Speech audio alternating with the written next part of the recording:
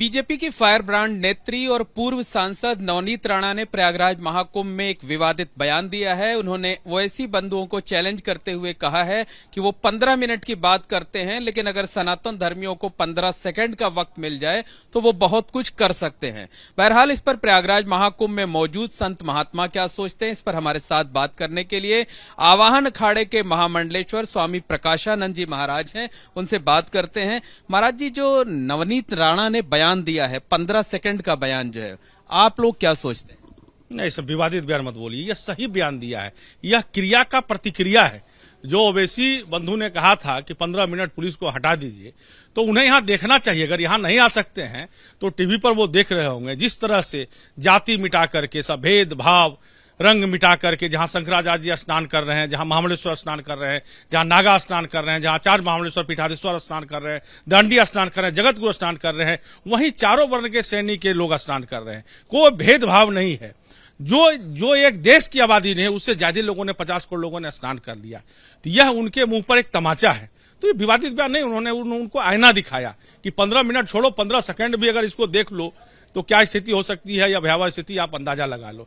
तो उनको समझना चाहिए, और लगता है कि इससे उनको अंदाजा हो गया होगा। इसके बाद वो बयान नहीं देंगे, अपनी गलती पर माफी भी मांगेंगे। हम लोग लगता है महाकुंभ से तो धर्म का, आध्यात्म का, एकता का, सामाजिक समरसता का संदेश जाना चाहिए। राजनीतिज्ञ लोग यहाँ पर आए और नफरत की बात, जहरीले बोल बोलें, क्या ये उचित है? नहीं, एकता का संदेश है ना। ये तो एकता का संदेश दिया गया कि यहाँ आके देखिए, कोई जातिवाद नहीं, कोई ऊंच नीच का भेदभाव नहीं। तो उन्होंने ठीक कहा कि 15 सेकंड भी अगर हो जाए तो क्या स्थिति होगी जब 40-50 करोड़ लोग एक साथ इकट्ठा होंगे। तो यहाँ से तो हर एक बार जब भी कुछ हुआ है तो अच्छे बयानों के लिए, अच्छी जो हम लोग जो संदेश देते हैं, धर्मादेश देते हैं, तो कुंभ से अच्छा कुछ हो नहीं सकता। चूंकि यहाँ 50 करोड़ लोग उपस्थित होते हैं, और कुंभ में आपको याद है, आप तो थे, 2013 में हम लोगों ने कहा था कि नरेंद्र मोदी जी को प्रधानमंत्री बनाना है।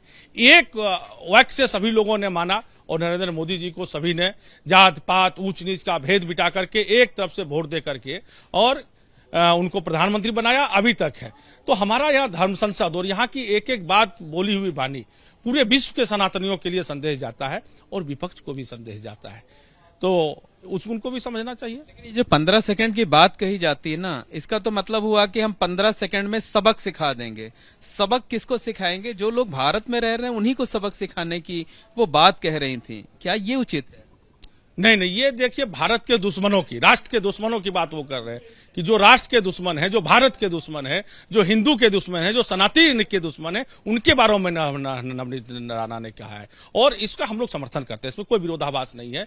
यह अच्छी बात उन्होंने कहा, अच्छी संदेश कहा। ये सब भाषा हम लोग साधु संत नहीं बोल सकते, तो अपने राजनीतिक लोग बोलते हैं, लेकिन अच्छी कहा, इसमें हम लोग समर्थन करते हैं। विरोध नहीं है हम लोगों का। मतलब संत महात्माओं का समर्थन भी है और नवनीत राणा को आशीर्वाद भी है। आशीर्वाद भी है, समर्थन भी है, और इसमें उन्होंने अच्छी बात कही है, इसमें हम लोग समर्थन करते हैं। और ऐसी वार्तालाप, ऐसा संदेश कुंभ से जाता ही रहता है कि जाति मिटाओ, भेदभाव मिटाओ, ऊंच नीच का भेदभाव मिटाकर सारे हिंदू एक हो जाओ। और सब जब हिंदू एक हो जाएंगे तो चूंकि लोकतंत्र से सरकार बनती है, जब हमारा वोट नहीं रहेगा तो हम सरकार अदल बदल नहीं कर सकते। इसीलिए जब हम एक हो जाएंगे तो सरकार भी बदल सकते हैं और दुश्मनों को सबक भी सिखा सकते हैं। तो एक अच्छा संदेश उन्होंने दिया। एक हो जाओ और दूसरे लोगों को सबक भी सिखाओ। दूसरे को लोगों ने, राष्ट्र विरोधी जो है, जो भारत विरोधी है, जो सनातन विरोधी है, जो धर्म विरोधी है, उनकी बात को नवनीत राणा कर रहे थे कि उनके लिए 15 सेकंड ये देख लें।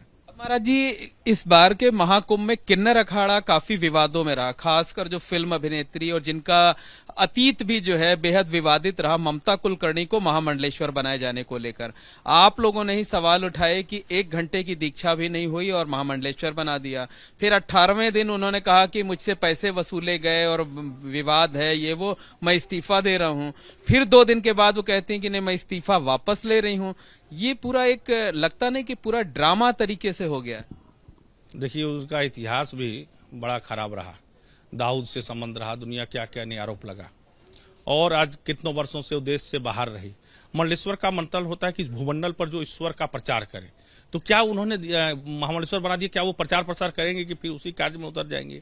और सबसे बड़ा तो दुखद यह ही है कि हम लोग को 50 साल के बाद पता चला कि वो किन्नर है। मैं तो उनको स्त्री महिला हम लोग मान रहे थे, क्योंकि किन्नर अखाड़ा में कोई किन्नर ही महामंडलेश्वर बन सकता है, किन्नर ही संन्यास लेगा। हमारे सेवत्व में आएगा तो पहले आपको संन्यास लेना पड़ेगा, तब जाके आपको दीक्षा मिलता है, उसके बाद जो है आपका महामंडलेश्वर बने नहीं बने वो तो बहुत दूर की बात है। और जो बैरागी में जाएंगे उनको वहां बैराग्य लेना पड़ेगा, उनको चोटी रखना पड़ता है और उनको जो है सो जनेऊ रखना पड़ता है, हमारे यहाँ चोटी कटवाना पड़ता है।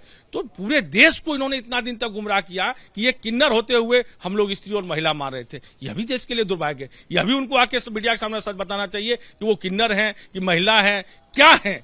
आज तक सच्चाई किसी को पता नहीं, भ्रम में पूरे देश को रखा ना। हम भी भ्रम में थे। जिस दिन महामंडलेश्वर बना उस दिन मैं किसी चैनल पे था, कहा मेरी भ्रम आज टूटी कि वो किन्नर है। तो हमेशा विवादित में रहे हैं और आज भी विवादित हो गए। एक ही दिन में मंडलेश्वर बन गए, ऐसा नहीं होता है। हमारे यहाँ 72 घंटा तो पहले कल्पवास करके वहां पे रहना पड़ता है। और 5 गुरु कौन है उनके, हमारे यहाँ 5 गुरु का महत्व है। तो 5 गुरु कौन है, और विवाद तो यह भी है कि उनके जो आचार्य महामंडलेश्वर हैं वो त्रिपाठी लिखते हैं। तो हमारे यहाँ तो गिरी, पूरी, भारती, ये सब 10 नामी नाम है। वो नाम तो आज तक उन्होंने लिखा नहीं। जब उन्होंने ही नाम नहीं लिखा तो उन्होंने गिरी कैसे नाम दे दिया, नंदगिरी कैसे नाम दे दिया, यह भी सोचने वाली बात है। हम गाड़ी चलाना जानते नहीं और आपके गाड़ी चलाना कैसे सिखा सकते? तो पहले हमको सीखना पड़ेगा तभी किसी से सिखा सकते। तो पहले वो आज तक तो गिरी लगाए नहीं। अच्छा, जब आप वो ममता कुलकर्णी को महामंडलेश्वर बनाया गया था, आपसे बात हुई थी तो आपने ये कहा था कि इसके पीछे हमें किसी साजिश की आशंका नजर आती है। उन्होंने इस्तीफा दिया और फिर इस्तीफे से वापस लेना, क्या आपकी जो आशंका थी उसको और बल मिलता है? अब देखिए, हम लोग को यह भी शंका है कि कहीं भाई बाहरी ताकत ला करके उन्हें धर्म में कहीं ऐसा न किया गया हो। जो कि कई बार ऐसा हुआ कि लोग पैसे देकर कहीं महामंडलेश्वर बन गए और उन्होंने एक जत्था के साथ ईसाई ज्वाइनिंग कर लिया और ज्वाइनिंग कर लिया। उसको देख करके लोग प्रभावित होते हैं। बाद में जांच में पता चला कि उनको बाहर से फंडिंग कर करके यहाँ जो है उस पद पर बिठाया गया था, क्योंकि उससे लोग प्रभावित होते हैं। प्रधानमंत्री कुछ बात को बोले तो लोग प्रभावित होते हैं, दूसरे लोग बोले तो नहीं प्रभावित होते। इसलिए एक पद की जो महिमा है, तो इसलिए यह जांच का विषय है। इसमें सरकार को भी संज्ञान लेना चाहिए कि भाई कहीं ऐसा कोई षड्यंत्र तो नहीं है कि धर्म की आड़ में बैठकर वो कुछ देश के प्रति कुछ ऐसा करें, क्योंकि ऐसा विवाद उनका पूरा जीवन भर रहा। तो इसमें सरकार को भी जांच करनी चाहिए कि भाई वो बन गए, हट गए, फिर बन गए। ये तो जैसे एक ड्रामा होता है ना, वैसा खेला हो रहा है कि भाई वो कुछ बयान दे रहे हैं, पहले ये लिखा हुआ था फिर वो बोल दिया। ऐसा थोड़ा होता है, हट गए तो हट गए, फिर संन्यास की दीक्षा होगी, फिर आपको जो है सो महामंडलेश्वर बनाने की पट्टाभिषेक होगा। ऐसा नहीं है कि हट गए। अरे यहाँ ये तो छोड़ो, ये तो धर्म है। मंत्री लोग अगर हट जाए एक दिन के लिए तो फिर उनको ओथ लेना पड़ता है, फिर उनको जो है सो वहां पे सब कुछ करना पड़ता है नियम प्रक्रिया से। यह तो सन्यास की दीक्षा है, महामंडलेश्वर की उपाधि है। यहाँ फिर पट्टाभिषेक होता, हट गए बन गए, हट गए बन गए, तो नाटक कर दिए भैया। तो अंतिम प्रश्न ये है कि किस बात की आशंका और क्या चाहते हैं आप? ना, हम लोग चाहते हैं सरकार जांच करे। अब किन्नर अखाड़े तो भाई क्या वो क्यों कुछ बोलेगा, और किन्नर अखाड़े भी और ममता कुलकर्णी दोनों आके सच बताएं कि क्या है दोनों में मामला। कैसे एक दिन में बना दिया गया, 25 साल के बाद क्यों अचानक वापस आई, कब संन्यास लिया, संन्यास लेते महामंडलेश्वर क्यों बना दिया गया। तो दोनों मिलके सामने आए और सरकार को भी एक संज्ञान लेकर के इनकी जांच करना चाहिए, क्योंकि बड़ी स्तर पर जांच हो चुकी है। 25 साल बाहर रही है और 25 साल के बाद अचानक कुंभ में आती है और पता चलता है कि महामंडलेश्वर बन गई, तो जांच का विषय बनता है।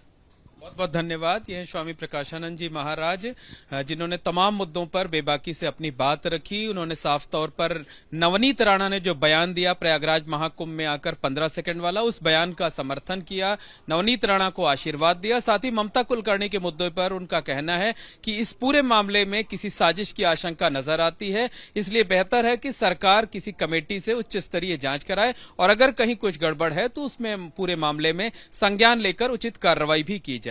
कैमरामैन राजेश कुमार के साथ Mohammad Moin, ABP news, Mahakumbh Nagar, Prayagraj. For exclusive and insightful videos, subscribe to our new channel ABP Live Premium.